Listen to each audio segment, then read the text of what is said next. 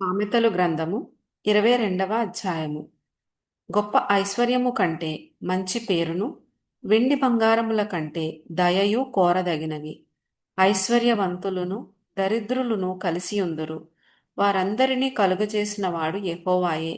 బుద్ధిమంతుడు అపాయము వచ్చుట చూచి దాగును, జ్ఞానము లేనివారు యోచింపక ఆపదలో పడుదురు. యెహోవా యందు భయభక్తులు కలిగియుండుట వినయమునకు ప్రతిఫలము. ఐశ్వర్యమును ఘనతయు జీవమును దాని వలన కలుగును.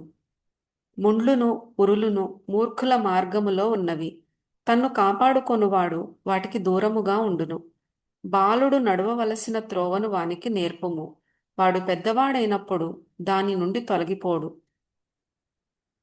ఐశ్వర్యవంతుడు బీదల మీద ప్రభుత్వము చేయును, అప్పు చేయువాడు అప్పిచ్చిన వానికి దాసుడు.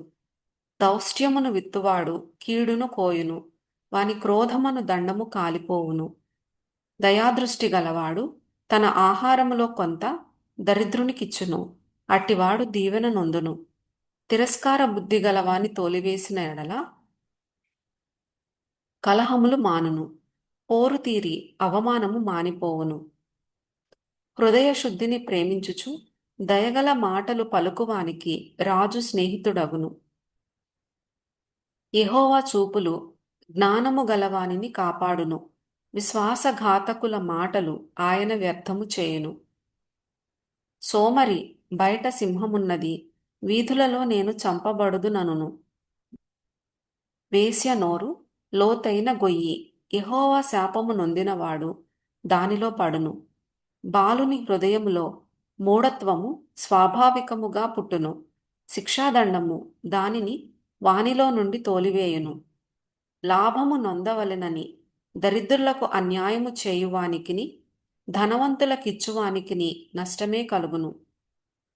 చెవియొగ్గి జ్ఞానుల ఉపదేశము ఆలకింపుము, నేను కలుగజేయు తెలివిని పొందుటకు మనస్సు నిమ్ము.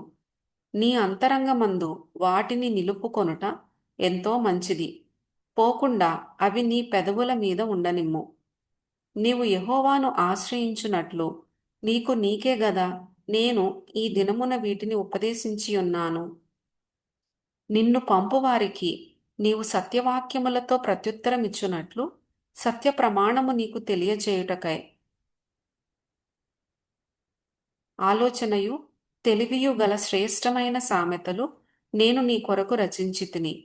దరిద్రుడని దరిద్రుని దోచుకొనవద్దు, గుమ్మమునొద్ద దీనులను బాధపరచవద్దు. యెహోవా వారి పక్షమున వ్యాజ్యమాడును, ఆయన వారిని దోచుకొను వారి ప్రాణమును దోచుకొనును. కోపచిత్తునితో సహవాసము చేయకుము, క్రోధము గల వానితో పరిచయము కలిగి ఉండకుము. నీవు వాని మార్గములను అనుసరించి నీ ప్రాణమునకు ఉరి తెచ్చుకొందువేమో. చేతిలో చెయ్యి వేయి వారితోనూ అప్పులకు పూటపడు వారితోనూ చేరకుము. చెల్లించుటకు నీ యొద్ద ఏమీయూ లేకపోగా వాడు నీ క్రింద నుండి నీ పరుపు తీసుకొని పోనేలా. నీ పితరులు వేసిన పురాతనమైన పొలిమేర రాతిని నీవు తీసివేయకూడదు.